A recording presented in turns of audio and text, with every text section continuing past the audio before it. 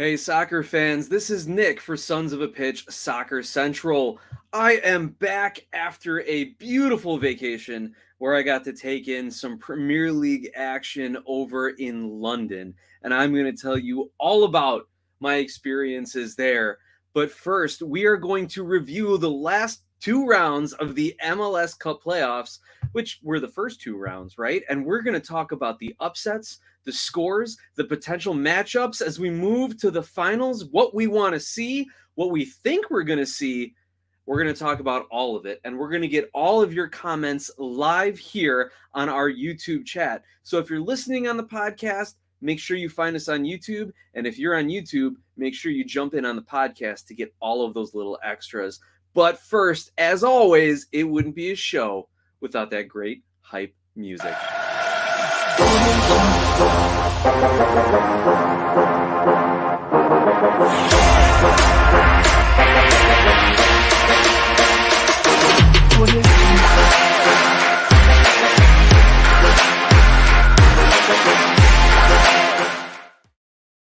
Well, soccer fans, once again, I am Nick P, back with you here at Sons of a Pitch Soccer Central. I missed you guys all last week. I was out on my vacation with my wife. We're celebrating 10 years of wedded bliss. And it was, unfortunately, I'd rather spend my time with her on vacation. No offense, guys, but that's where I'm at in life, right? But it is great to be back. It is great to see everyone who's already in our chat as we kick the show off. Rocky at Talking to Woods, Connor Knows Soccer, Brother BKL have already all jumped in and left comments, and we are waiting for the crew to get rolling in here as we do each and every week. As I mentioned in the brief intro, we are going to talk MLS Cup Playoffs to begin the show, and then in the second half, I'll share with you some Premier League experiences, some things that you all should look out for if you're ever traveling overseas, if you're ever looking to get some games. We'll share some photos and just some good life choices that I made last week. Absolutely. But we are going to get into it after a quick housekeeping announcement here. If you like the show, if you love what we do, if you want to be a part of it, there's 3 easy ways for you to support Sons of a Pitch Soccer Central.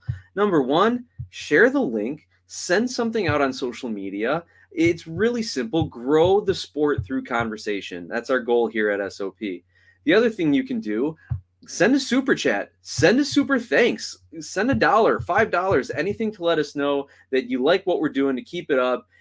Throw a little pizzazz and spice in our evening here, and let me tell Mike, the owner and main guy here, that I'm making him a little money, right? But also all the money we end up bringing in does get reinvested into the show. So not only are you supporting us, but you're supporting the show. And finally, if you want to get more involved than just that, just the conversation or a few bucks here or there, then we are open to sponsorships, corporate sponsorships, individual, whatever you want to see. We can help you do it through our social media pages, Twitter, Facebook, etc., YouTube, as well as on the podcast and pending website, all of that good stuff. So, all right, housekeeping out of the way. You know me, you know us lawyers, business first and then the fun. So let's get into that fun right now, guys. We're going to go back 2 games. We are going back to Saturday, October 15th, where we had one East and one Western Conference matchup to open up the playoffs on October 15th. And New York Red Bulls hosted FC Cincinnati. Congratulations, Cincinnati. You have not only made an appearance, but you have won your first MLS Cup Playoffs game. Congratulations. As a round of applause. Round of applause for Cincinnati there. They have a 2-1 come-from-behind victory at Red Bull Arena. I was very impressed with Cincinnati in this match. I thought New York and their pressing style were going to be able to stymie Lucho Acosta in the midfield. And without him clicking, the Cincinnati offense kind of stifled. But you know what? Cincy made all the right in-game adjustments, and we were able to get those 2 second-half goals, catapulting them through to the next round. So kudos to Cincinnati. Now, we can talk Cincinnati more, but really, Red Bulls really need to start thinking about how they want to play soccer in MLS, because, man, it is great to see them play well during the regular season, and it is just a punch to the gut to see them fall short every playoffs. So people are speculating that people suggesting that they need to rethink their entire ethos. They need to rethink their entire manner of playing soccer because it's not good in a small sample size, one game elimination format like the MLS playoffs are. Maybe if you went back to that 2-game home and home, 2-leg aggregate goal kind of scenario, maybe that would give the Red Bull style a little bit more of an advantage. But really, they need to start looking at bringing in some more top-end talent, some high-powered goal scoring if you're going to do anything in this league.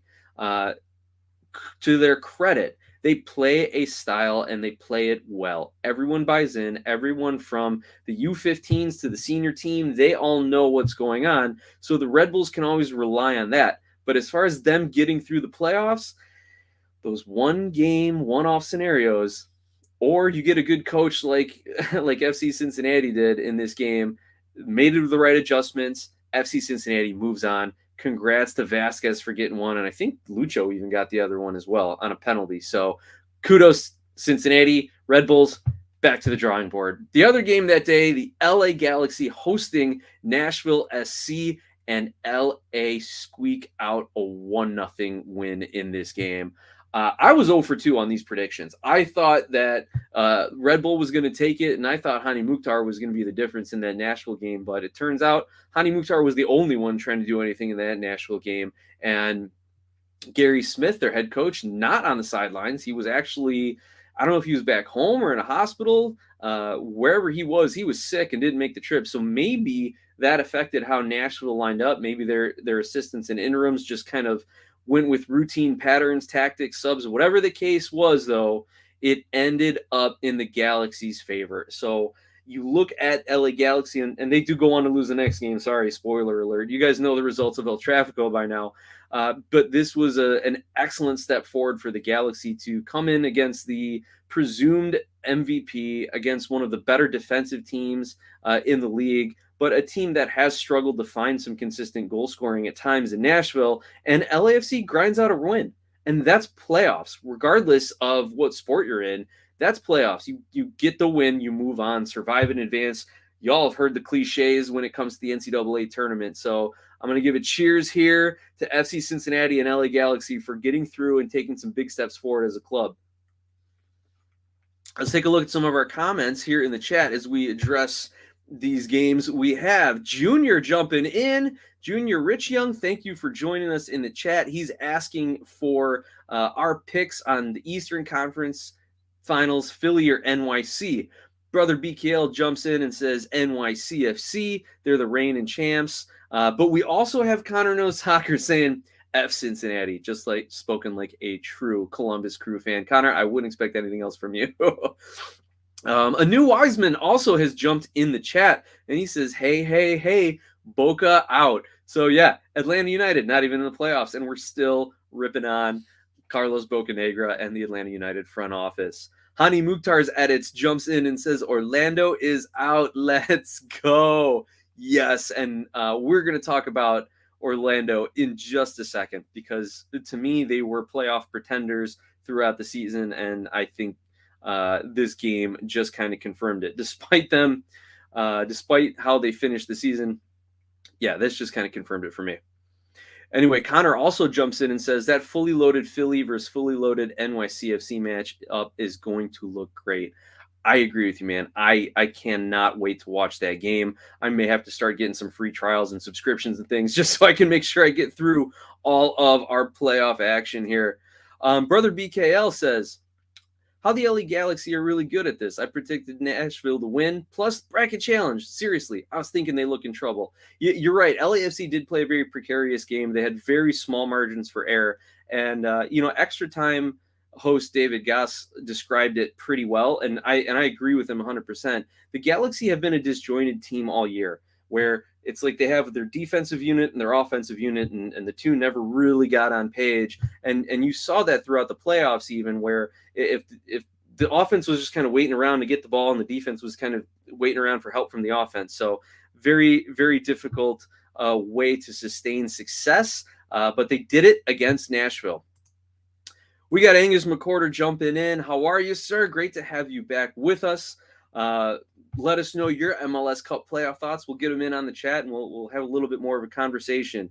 And Red Bull Insider is with us too, saying, I don't want to remember that Cincinnati Red Bull game. As a Red Bull fan, I don't think you would, but Red Bull fans have to forget a lot of different playoff runs here. So maybe it's something you're not too unfamiliar with. Trust me, as a Chicago fan, I know all about playoff heartbreak. The few times we make the playoffs, not just in soccer. Anyway, let's move on and look at the next set of games going back to the first round of the playoffs. Austin FC hosting Real Salt Lake. They play to a 2-2 draw, and Austin ends up advancing on penalties.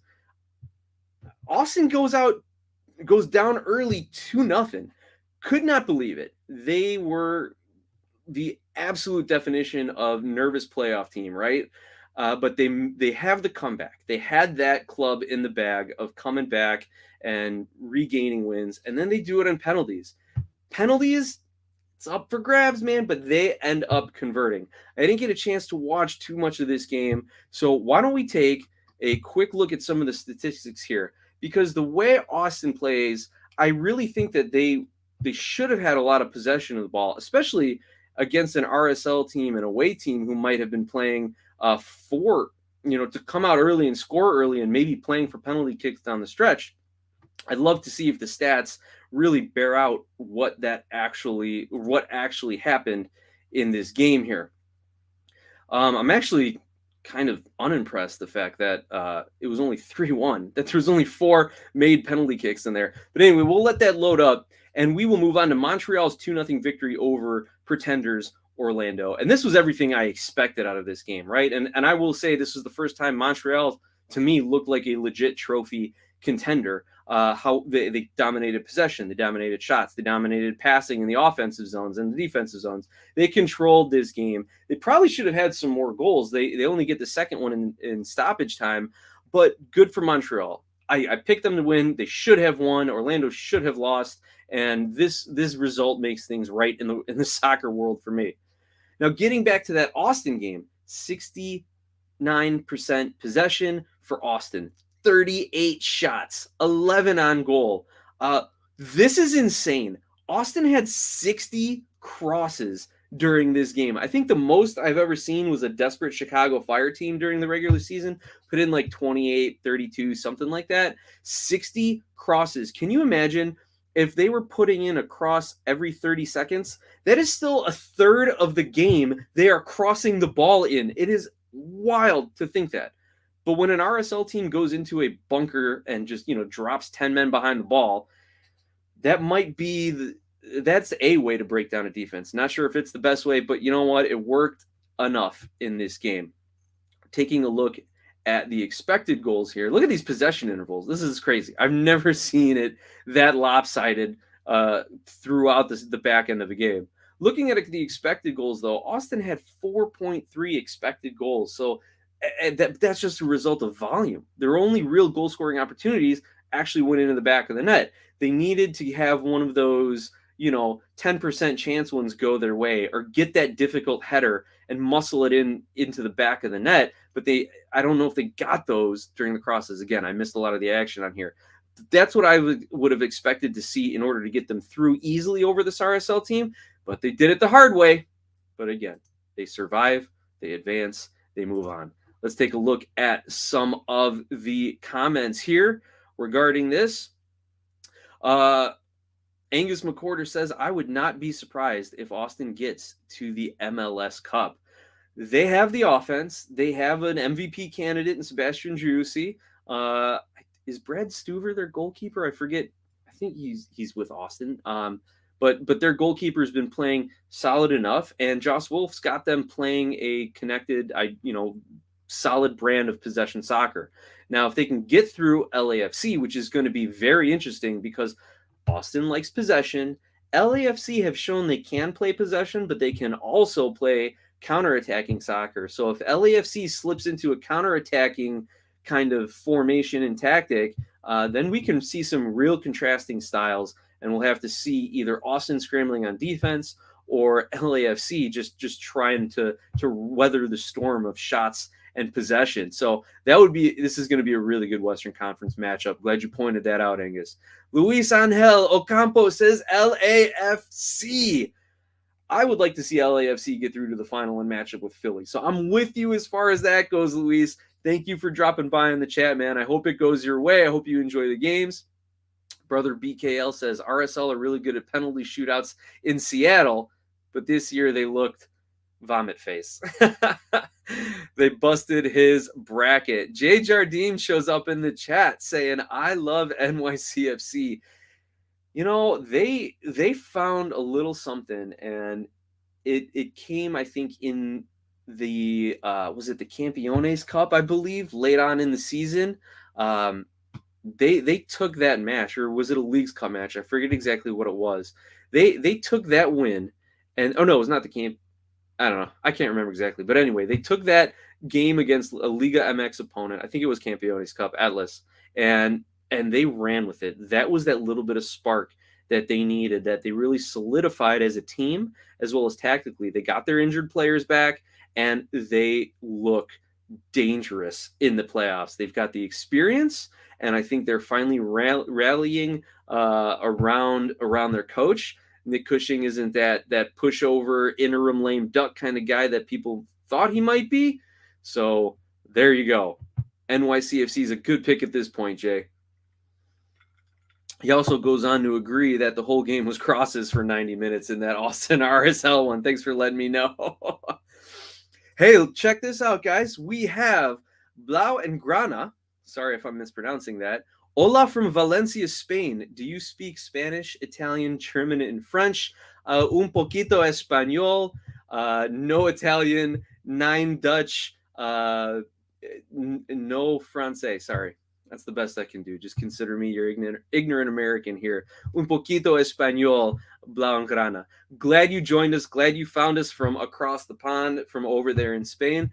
Are you an MLS fan? Are you supporting a team over here? Let us know. It'd be great to hear what people in Spain think about MLS, especially with Ricky Puig coming over from Barcelona and really helping LA Galaxy finish the season strong. All right, now let's move on to the next round of playoff games here, guys. We've had a great chat, and I appreciate all the comments in the chat from everyone. Now, we have Monday, October 17th. Again, we got to go back a little bit. Sorry for I know you missed me when I was on vacation. So we had wow, I think I went way too far back, the wrong way on here. Thanks a lot, MLSsoccer.com, for throwing off my schedule. Here we go. We got New York City 3-0 over Inter Miami. Gonzalo Higuain's last game, he has retired. It's unfortunate that he went out in this fashion, but it was a real moving game from what I understand, having him there and having all the support he got from not only NYCFC and his club and everything else. So his final game is a defeat. NYCFC looked dangerous. They look good. They were back in form. And now we've got Dallas and Minnesota, and that other game playing to a 1-1 draw, and Dallas squeaking by on penalty kicks.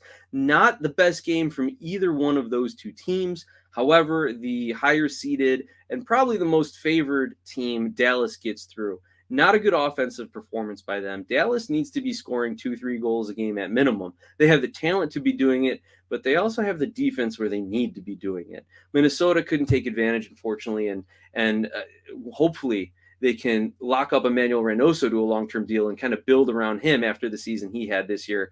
I expect to see the Loons back, top 5, top 6 in the Western Conference next season, especially with Nashville flipping back to the Eastern Conference and expansion side St. Louis coming in. That should probably give them some easy points that they normally would drop to Nashville. But anyway, congratulations, Loons, on a solid season. You had that 7-game win streak or 10-game point streak somewhere in the middle of the season. That's what you need to hang your hat on and go rebuild like that. Meanwhile, the theme of the playoffs, Dallas survives and advances.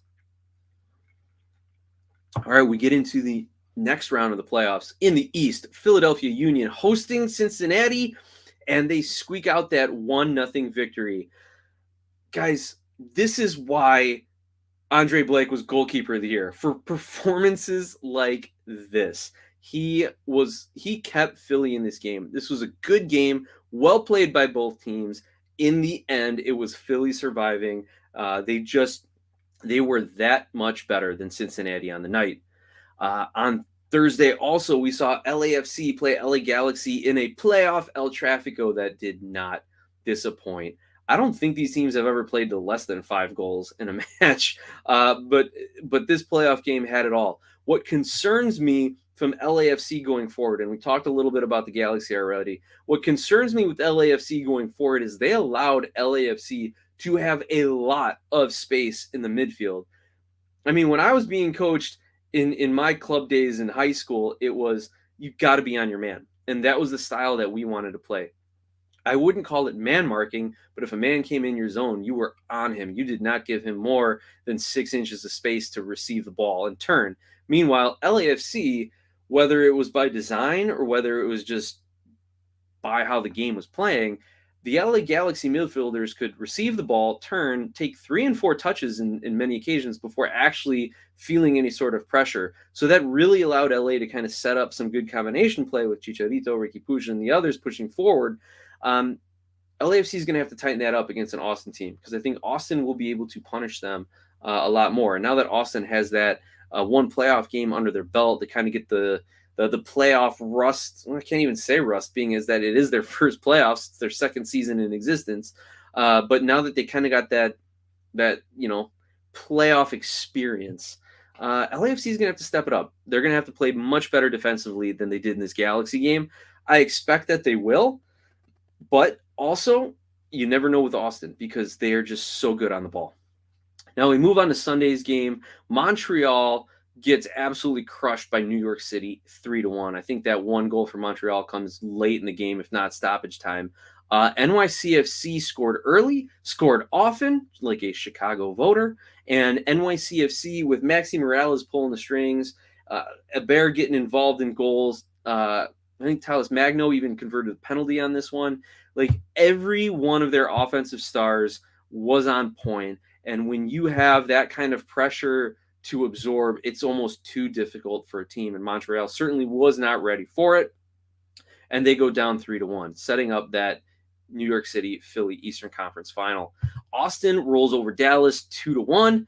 Once again, Austin comes out just too much offense. Dallas could not keep the ball out of the net. I know it was only 2-1, but they were unable to really stop that Austin offensive juggernaut. But let's get to your comments now, right? Let's see what you all say about the weekend, about the games, and we'll start with Jason Jardim. Montreal losing made his weekend. Jay, I was thinking about you the whole time I was checking scores while I was on vacation. But seriously, man, I'm glad to see that your rival goes down, and I'm going to cheers here to a successful offseason for your Toronto FC.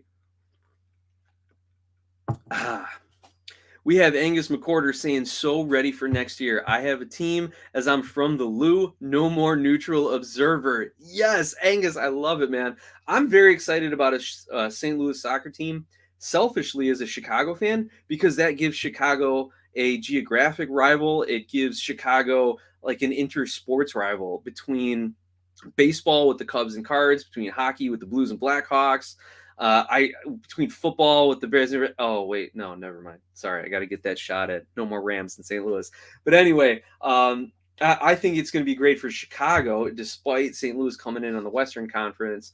I'm excited to see Chicago potentially build a rivalry with them, build up a little bit of that Midwestern soccer. And if you guys want to go tinfoil hat conspiracy theorists here, let's get the MLS to divide into like 4 regions, and now we can have a Midwest region with St. Louis, Nashville, Chicago, Minnesota, and a few other teams as well. Anyway, I'm getting way outside of topic of conversation here right now, right? Brother BKL says, are we getting back-to-back MLS Cup? His mind tells me we're going to do that acting like Seattle. Ooh, NYCFC acting like Seattle. That is an interesting thought, but they certainly have the talent right now to do it. I don't know if they can be as dynastic. Is that even a word? Like a dynasty? As dynastic as Seattle has been over the last decade plus. But back-to-back MLS Cups certainly would put them on that right track and give them a lot of street cred, whatever you want to call it, to being an MLS dynasty. So those are the results. Let's take a look at the schedule coming up. This Sunday, October 30th, we have LAFC hosting Austin FC in the Western Conference Finals. That's at 2 o'clock. And the Eastern Conference game in an interesting time flip. We have the Western Conference in the afternoon game, and the Eastern Conference is the night game. Philadelphia Union hosting NYCFC at Subaru Park there in Philly. Both of these games, I think, are going to be awesome from a soccer perspective. You have teams that, first of all, star power, that they are going to wow you. We have teams that play excellent brands of soccer, stars, names. These are excellent matchups, and I am certainly glad that we're going to be seeing all this. As a neutral, I guess, in this kind of sense, or as just a fan of MLS, I'm really excited to see these four teams matching up like this. And no matter what two teams come out of it, it's going to be an awesome MLS Cup final. Now, here's your bracket, if we can get the Twitter machine to load. And here's what the bracket looks like so far for any of you who have done your bracket challenge. I know for me, I didn't submit a bracket, but I totally missed with Red Bull. I had Philly going and I had LAFC going, and I think my Western Conference is pretty much intact other than the Nashville pick. So I don't think I fared too poorly in the bracket challenge, but that's what I would have had. Now, taking a look at the odds. Here are the odds according to website 538. Now, let's see if we can follow the graphic here. We've got the four remaining teams: LAFC, Philly, NYCFC, and Austin FC. As far as winning, they have LAFC winning the Western Conference Finals at 76%. So 76% chance LAFC defeats Austin. And then they have a 49% chance to go on and win the Cup. So LAFC remains the favorite. They're giving Philadelphia a 69% chance to advance over NYCFC, and then a 32% chance to win the Cup. So it's pretty interesting that regardless of who comes out of the East, or with Austin FC even in the mix, LAFC is still, almost 50% odds favorite to lift the Cup at this point. So you've got one team with 50% and three teams with the remaining 50% of odds. So that's an interesting kind of a way to consider. That's how heavy of a favorite LAFC is right now, at least over Austin. So take those odds for what you will. Take the website 538 for what you will. Now, we also want to do a couple little news clips here, and then we'll look at a couple comments and take our halftime break. A little bit of news: Ben Olsen and Hugo Perez have interviewed for the Houston Dynamo coaching job. Here we got a nice little picture of Ben Olsen there. It's interesting to think that Ben Olsen, after spending so much time in DC, is being considered, because he went out very unceremoniously, I think, and I think a lot of people were just done with his style of play. The Benny ball, as a lot of people called it. Nothing too big and fancy, but just solid possession type ball. But he is, according to these sources here, far along in those discussions. The other interesting thing is Hugo Perez being the El Salvador national team coach. He's done great work with El Salvador, but does he really want, at this point in his career, to come into MLS and coach? I think that's an interesting thing for him. There have even been some wild USMNT fans who are like, fire Berhalter and bring in Hugo Perez. If he can get El Salvador to the levels that they're at now, then gosh, what could he do with the talent on the U.S.? So interesting to think maybe he angles this into a USMNT job down the road. But I don't know if he's coming into the league like that, because Houston seems to want some stability right now. Here's the list of their prior coaches that they had since Dom Kinnear left in 2014. Owen Coyle, Wilmer Cabrera, Tab Ramos, and Paulo Nagamura. Only those four coaches win 100 games. So they're looking for some stability. They're looking to build around their new DPs. They're looking to rebuild a roster. I really thought Tab Ramos was the guy. I get why they let go of Wilmer Cabrera. I really thought Ramos was going to do it, and then Nagamura comes in, and I think he kind of got just put in a bad situation with new ownership, and not new ownership, but kind of new front office people. Regardless, if Ben Olsen comes in, I just don't know if he's the guy that's going to get Houston back to the playoffs and competing for trophies, despite having the talent that they're signing. Let's take a few quick comments, and then we can look at some MLS awards. We got Angus McCorder saying NYFC finally showed up at the end. They are the most dominant with goal differential in the playoffs. Oh, I didn't realize that. Yeah, two games with 3 goals each. That'll do it for you. Angus McCorder says, I endorse 538. All right, there you go. We've got Angus's endorsement, guys. We're good. I just always laugh when 538 keeps trying to predict all the political things, and then there's some like crazy swing and it doesn't go their way. I just enjoy that kind of chaos. That's just me. A new Wiseman says hiring Ben Olsen would be a regression for the Dynamo. It's interesting because I do think that Ben Olsen is not the right hire, but at the same time, can they really go back? I think Tab Ramos should have had another season. But I like Tab. I like him personally. I like him as a player. I don't know him personally, but I think he's a good guy. And I thought with a little bit more time and maybe with a little bit more talent, he would have been all right. But I guess they just didn't like the style of his play. And then Paulo Nagamura took an average team and made them even worse. So that's why he's gone. Brother BKL, I love this. Andre Blake versus Sean Johnson, Part 2, a rematch of the Eastern Conference Finals. That's going to be awesome to see that goalkeeping matchup. A new Wiseman jumps in. I think that's what's eventually going to happen, the divisions. As I mentioned with St. Louis coming in, I put my tinfoil MLS conspiracy hat on and said, hey, let's divide up into four divisions here. Midwest, Southeast, Northeast, and Western. And, you play every team in your division twice, and then you do some cross matchup with one of the other divisions, kind of like how the NFL has their 4 different divisions in each AFC and NFC, something like that. We'll see. Cool to think about. Or if you want to go other tinfoil hat conspiracy, they're expanding to like 40 teams. That way they can have promotion and relegation within MLS and do MLS 1, MLS 2, 20 and 20. But how dare I say promotion and relegation in MLS? I'm about to set something on the internet afire here. Let's talk about player awards. Now, if you guys know who's won these yet, because I know they've announced some of them, but not all of them.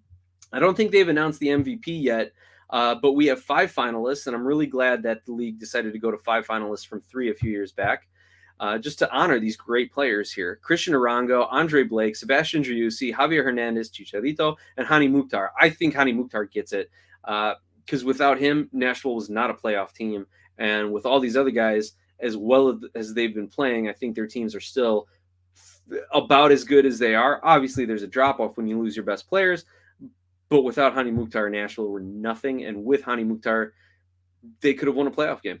So I think he gets it. I don't think they've announced that yet. If you guys know otherwise, let me know. Goalkeeper of the year. This one was announced. Andre Blake of the Union gets goalkeeper of the year over Drake Callender from Inter Miami and Jordy Petrovic of New England. Interesting finalists. Like, I've got no problem with Andre Blake winning this one. Philly had a historically good defense. And he is at the center of that, along with Defender of the Year Jakob Glesnes, again, who beat out Alex Collins and Kai Wagner, his Philly Union teammate. But I didn't watch Drake Callender that closely in Inter Miami, and the way they struggled early on in the season, I didn't think that he was deserving of the nod, but maybe he regained himself. I think that's wow, the numbers really look good. The statistics look good, so let's throw him in there. And Jordy Petrovic, phenomenal play. He might have been the best goalkeeper these last 2 months, but because he only came after the transfer window closed, he did not have a full season of it like Andre Blake did. So there's Andre Blake getting the nod, a deserved nod. Newcomer of the year also, I don't know if it's been announced, so let me know in the chat. I couldn't find it in a quick Google search before the show. Thiago Almada, Cucho Hernandez, and Jordy Petrovic. That's going to be tough because you've got 2 proven goal scorers and 1 proven goal stopper. And I know Cucho and Jordy came after the transfer window. So if you follow the same logic, did Thiago Almada come after the transfer window? I don't think so. He should probably win that one. But you've got 3 non-playoff teams with these newcomers of the year. So it'll be interesting there. Young player of the year, Thiago Almada, Brenner, and Jesus Ferreira. So I wonder if they'll give it to Almada on this one and give it to Cucho on the newcomer. But oh no, never mind. This one did get decided. Sorry, Jesus Ferreira did win Young Player of the Year finalist, and I know it's supposed to be an MLS award, but you can't ignore his, or it doesn't look like voters ignored his USMNT contributions there, as well as them not forgetting about Brenner's attitude in asking for a transfer earlier on in this season. So you had Jesus Ferreira of Dallas beating Brenner of Cincinnati and Thiago Almada of Atlanta United. So yeah, hey, maybe Thiago Almada gets newcomer then. Comeback Player of the Year, Jeremy Ebobisse, Gonzalo Higuain, and Kai Kamara. Have not seen that one. This is going to be interesting because I think it's going to be between Higuain and Kamara because everyone, loves Kamara. He's the perennial MLS guy, moving up the all-time scoring charts, but Higuain was the story this year, right? So we'll see how the voters go there. Humanitarian of the Year, Ali Bedoya, Kai Kamara, and Brad Stuver. Yep, goalkeeper of Austin. I was right. My memory is not as bad as I thought it was. I have not gotten to the bottom of my cocktail yet, so I'm still pretty sharp. That'll be an interesting one because I'm not sure of all the works off the field, but I do know that Kai does a lot back in his home country, so we'll see who ends up taking that one. Coach of the Year, Steve Cherundolo, Jim Curtin, Wilfred Nance, all deserving. If anyone gets it, doesn't bother me. Referee and Assistant Referee of the Years. Wow. Couldn't tell you that I care about the officiating awards, but I will say Ismail Elfath and Alan Chapman, I think, do stand out. When I watch games with them, they do not influence the games. They react to what is going on and they keep control of the game, but they do not leave an imprint on it. I will give it in that. So that is our first half of the show. Let's look at a few comments here before we take our halftime break.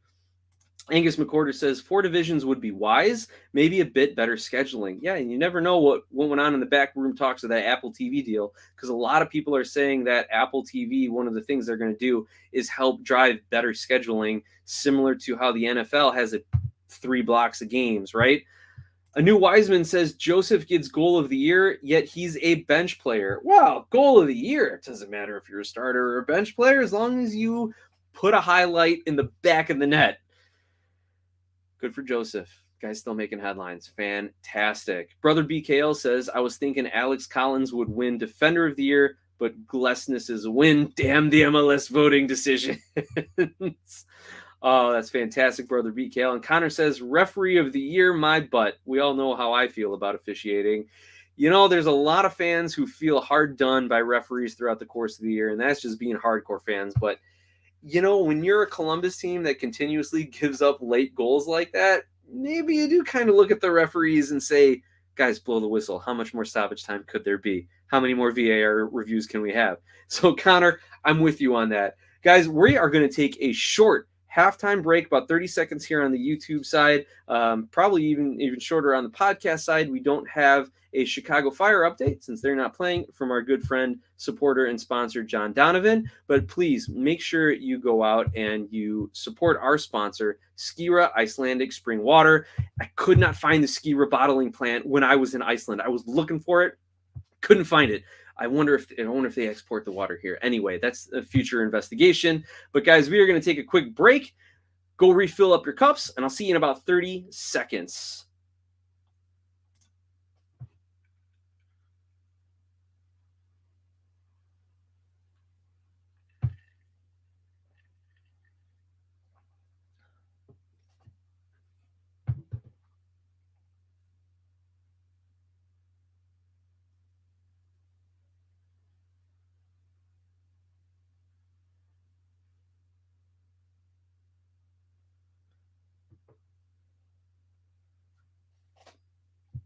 All right, soccer fans, we are back for the second half of Sons of a Pitch Soccer Central.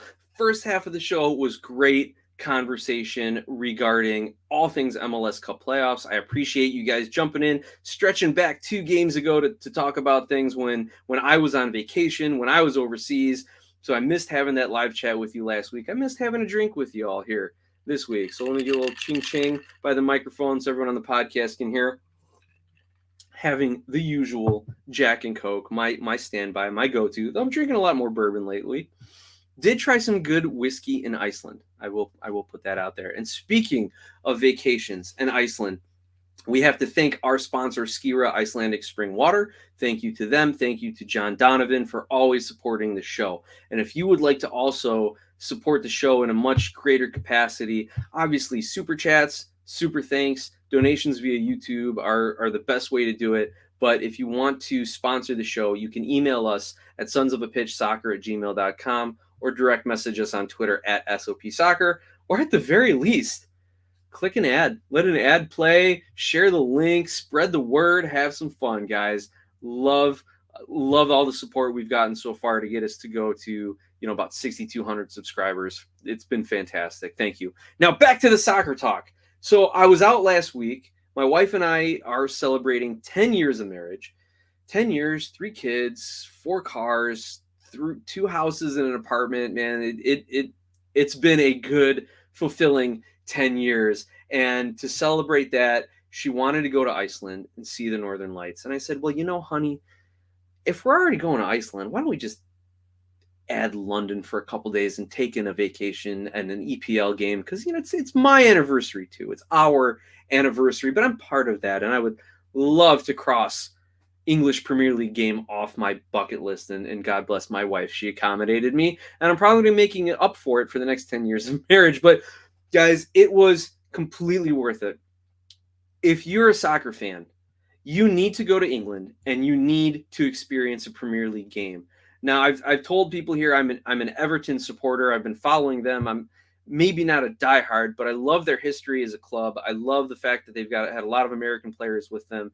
And I couldn't just be a fair weather fan and say, oh yeah, I'm totally going to be a Liverpool fan, or I'm totally going to support Manchester City right now. I just couldn't do that. So that's why I picked Everton as my team, and I've been following them. I love their rivalry with Liverpool, despite not it being a very competitive rivalry lately. So it's got everything that I, as a fan, wanted. And I got to see them play at Tottenham Hotspur in London when I was over there. And the first thing that impressed me, and here we'll show the picture. And honestly, I think this is my wife's first appearance on SOP after 5 years of doing it. That might be her first picture up there. The sheer size of this stadium just absolutely blew me away. Where we were sitting, when I would look across at the other end of the stadium, I looked like it was a painting. I couldn't even really make out the features of the people. It was an incredible sight to behold. I really think that there are some NFL stadiums that would fit inside the new Tottenham Hotspur Stadium. But you hear the chanting for 90 minutes. And yes, we have that in MLS. We have these supporters groups, but this is the entire stadium. Every call, people are on their feet. Every foul, every shot, like everyone is living and dying on every touch of the ball. It was just a thrilling match, even though Everton lost 2-0. By the way, Jordan Pickford's antics, his time wasting, his banter with the referee, banter, I'll call it. It was an act, man. Like, as an Everton fan, it's fun to watch. As someone who doesn't like Everton, I'm sure you hate him for it, and he's happy to play that role. Highly entertaining watching Jordan Pickford do it, and we'll see if he does it during the English World Cup tour coming up this fall. Yeah, Connor says, ew, Everton. Yep, as your profile pictures of you in your Arsenal jersey. Hey, congrats to Arsenal. I think they're still at the top of the table, man. It's been a while since they've been in that spot. So good for you, good for them. Brother BKL says, I really like Everton. All right. Thanks, Brother BKL. We got some support. Angus McCorder says, pick Wolverhampton after seeing a couple of their games in the Western Midlands. Also saw Crystal Palace pre-Premier League in their old stadium. Dude, that's fantastic, Angus. I feel like I heard the phrase Western Midlands a lot when I was walking around that stadium. So I'm sure there's a lot of history. I'm not too familiar with it myself. Maybe that's my next research assignment, right? But Wolverhampton, again, solid club. They've had some promise these last couple of years. To me, I think it's a lot of fun to have that mid-table team that gives you that, like, oh my gosh, this is the year we crack into the top 4, rather than, oh, we didn't win the Premier League this year. What a disappointment. Like, it's just a little bit more fun to me like that. So I'm glad I can commiserate with a fellow middle table guy like Wolverhampton, though they've had a lot better results than Everton the last couple seasons, that's for sure. The other thing I got to tell you guys, not only was the game awesome, was the crowd awesome, the environment in the stadium. it was so cool. At the end of the game, there was like 50,000 people who all had to take the same tube, same subway, essentially, back south from Tottenham. Tottenham is in North London, and everyone was traveling back to southern or central London, and they have like 50,000 people need to get on the same train line after the game. I never felt like I was not safe. I never felt like there was going to be trouble. It was just everyone in a crowd waiting, getting out of the queue. Even the conductors were just barely checking tickets. It was just like, go, everyone's got to get out of here. Let's move. So I really appreciated that. So just a well run, well hosted game. I got my souvenir from it. My Tottenham Hotspur scarf to show that I was at the stadium for the game. They were selling scarves that had Everton on one side, Tottenham on the other, and the game date. So, but I ended up settling on the Tottenham Hotspur scarf to memorialize the occasion. So that's what we got here. Now, a new Wiseman says, yeah, I went to a Chelsea match this year, cried like a baby when I came to the bridge, took a tour of Hotspur Stadium too.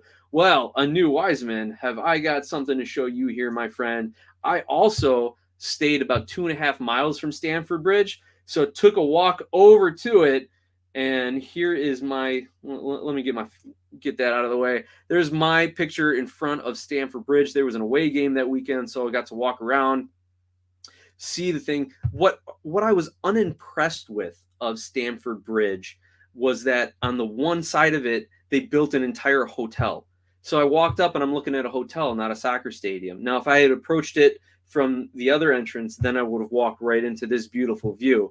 But I will say, having some of the old, I think they called it the shield wall, where they put up plaques of all their like top players, Didier Drogba and the like, and even going back further than that. That was cool to see some of like the old stonework that was there. So really enjoyed walking around. They even had a museum attached to the stadium, and you actually got to see their Champions League trophies and Club World Cup trophy. Now, I couldn't take pictures of it. They didn't allow photography of the trophies.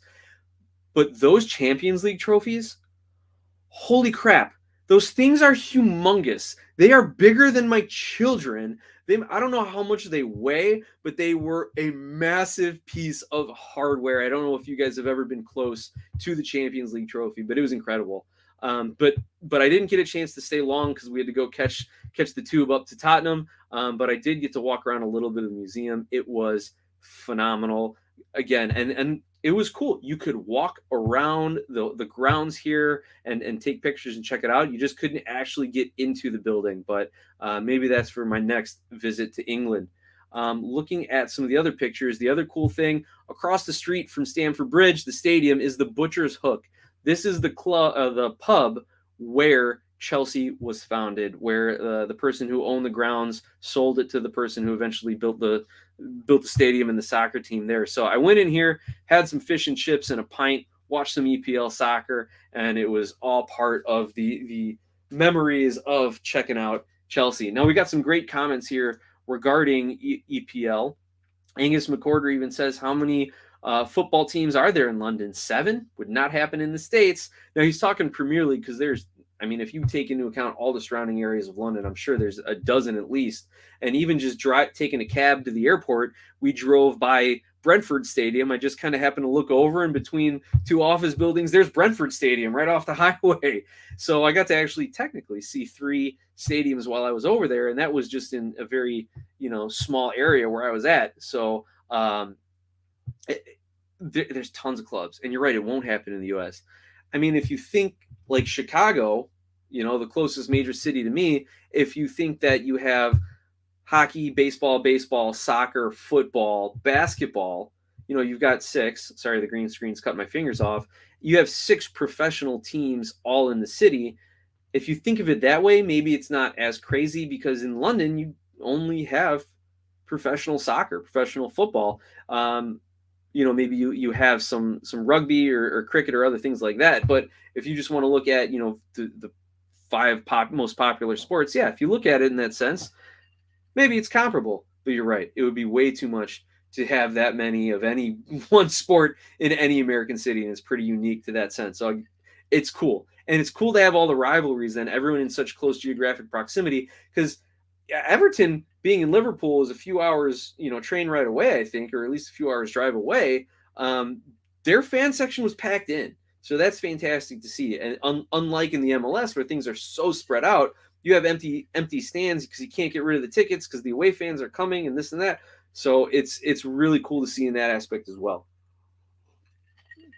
And we had a new Wiseman saying, I took pictures with the trophies. I took one with the UCL one. Okay, so maybe you're the reason why they put the sign up that said no pictures with the trophies. I was the only one in the museum, and the guy working there was just staring at me the whole time. I couldn't get away with it. Plus, I didn't want to be the American that was like, "Hey, stupid Yank, read the sign," right? I could have probably told him I didn't understand, British, but I don't think he would have found that very funny. Angus McCorder also says he toured Manchester United Stadium. That would be cool to see Old Trafford. And yeah, Everton and Liverpool are very close. And I think Everton Stadium is now a little bit further now that they're building their new stadium down on the docks. But that is you're absolutely right, man. It's really close up there. Brother BKL, Butcher's Hook is my favorite. I heard they have the world's greatest meal. I hope I could try that brew beer in London. I had the fish and chips. It was good. I wasn't blown away. They had a lot of other stuff on the menu, but I had to go fish and chips. I had to do the touristy thing. The last thing I wanted to tell you guys as part of my trip in Iceland, just to share some experiences with you. My hotel was a few blocks from the Iceland National Stadium. Very cool. Couldn't get in to get any good pictures of it, but we did drive by it. So very cool to see Iceland's national soccer stadium. They have their own league. I think it's the KSI is the abbreviation. I think it's 10 to 12 teams. Several of them are in the capital of Reykjavik. And so just driving around as we're touring the countryside, driving through some of the cities and through some of the city, yeah, it's like, oh, hey, look, another soccer stadium. Oh, hey, there's another soccer stadium. So I think there's like 4 or 5 teams in Reykjavik, or at least 4 or 5 stadiums if you include the national stadium. But the highlight of Iceland, the Northern Lights, this is just one of many, many shots that my wife took with her iPhone. This is completely just her regular iPhone settings taken. This is how amazing the Northern Lights look. And then the other great thing we did was we did a waterfall and glacier tour. So here we are in the hidden waterfall on the south coast, where it's like a tiny little cave, and then it just opens up into like this 200-foot waterfall. And thanks to all of the other tourists waiting in line to take pictures, and we had just kind of alternated phones and cameras for a while. So it was really cool. We also hiked a glacier. We went to the Blue Lagoon hot spring spot. Guys, if you love being outside, if you love exploring nature, and if you love the scenery, I mean, come on, take a look at the Northern Lights here, right? Get to Iceland, and if you take any pictures or go to any soccer games, definitely let me know. Real quick, Iceland too. Thank you, Reykjavik Airport, for having 2-for-1 Iceland soccer jerseys from the 2021-2022 year, 21-22 campaign here. So I got my home and away 2-for-1 Iceland jerseys at the Reykjavik, or not Reykjavik, the international airport just in the next town over from Reykjavik. So not bad gear here, right? Let's take a few more comments, guys, and then we can go ahead and close it up. Maybe I can catch the second half of the Bears game. I actually think they're winning if my updates are still true. Angus McCorder says, that is so beautiful, the Northern Lights. I'm an astronomy geek. Angus, it was phenomenal. It's something that my wife had been looking forward to. I was, well, if you're happy, honey, I'm happy. I was blown away by it. We went on probably one of the best nights of the month, according to our tour guide. We were maybe a half hour outside of the city, so there's still just a little bit of the light pollution, but it was an hour and a half of a spectacular display, man. If you get the chance, go for it. Now, we'll end on an MLS note here, where a new Wiseman says, MLS really needs to adopt the away ticket rules, 5% of the stadium for away fans. Now, do you say that, a new Wiseman, because you want more seats for the home fans, or do you say that because you want to try and sell more tickets or limit the away rules? I mean, as an Atlanta guy, like, there's obviously, I can see why, because you want more home tickets, right? Because Atlanta's got no problem filling up their stadium, but the MLS has got to look at every single club. So when you have clubs, which is crazy, like a Dallas, I don't know what their average attendance was this season, not top 10 as far as my guess would be, but yet they're a playoff team. They finished third, fourth in the Western Conference. How are they not filling stadiums, right? How is, let's see, Chicago? How are they not filling stadiums? They're not, and we're not even trying to fill all of Soldier Field here. Just the bottom levels, just that 100 level, right? They're not filling. Who else? And can you really put that in when teams don't even own their stadiums? If you look at New York City and any others who are sharing with a football stadium or in developments or things like that. So it's an interesting thought. I think eventually, if the MLS continues to grow and you see a lot more people getting back to live sporting events now that a lot of the COVID restrictions are over, or people are just more confident and comfortable going out, I think you're going to see a lot more ticket sales increase. With the Apple deal, I hope it gives more exposure to these home games to get people into the stadiums and not turn it into an NFL situation where I'd much rather be sitting on my couch, because watching an NFL game, to me, this is old crotchety dad Nick here talking, I'd rather sit on my couch, watch every replay, watch it, go up and get a beer, go to the bathroom without waiting in line. Like, I can do all of that. I can do all of that from the comfort of my own home. I don't have to drive into Chicago and take care of it. But anyway, that is my final thought. We'll leave with my little ticket rant there. Feel free, Anu Wiseman, drop some thoughts with us on Twitter at SOP Soccer, or email us at sonsofapitchsoccer@gmail.com. I want to thank everyone who's joined us tonight. Brother BKL, Connor Knows Soccer, who, by the way, guys, go check out Connor's YouTube channel. Connor, feel free to tweet at us. Let us know your link. And whenever, I know you always are good about advertising your games on Twitter. Connor does tons of live streams for MLS, for English, for a lot of different things. He even branched out in some horror movies for October. So keep up the content, Connor. Guys, go check out his channel. Angus McCorder, thank you for all the conversation. Hani Mukhtar's edits was up in the chat earlier. Blau and Grana, our new friend from Valencia, Spain. Luis Angel Ocampo, Red Bull Insider, everyone who jumped in. Rocky at Talking to Woods. It was great to have all of you, even Junior Ichung. If you're still listening, man, I've got Philly and LAFC getting into the finals if you're looking to bet. Anyway, that's it, everyone. Thank you so much. We'll be back again next week. I don't know if we're going to do a picks and preview video, because we only got two games to do it. So look for us back here again next week. Thank you, everyone. Have a wonderful night. I missed you. I'm glad to be back. I loved my trip. Go to London, see a game, go to Iceland, see the sights. And yeah, that's all I got for this week, guys. Cheers. We'll see you again soon.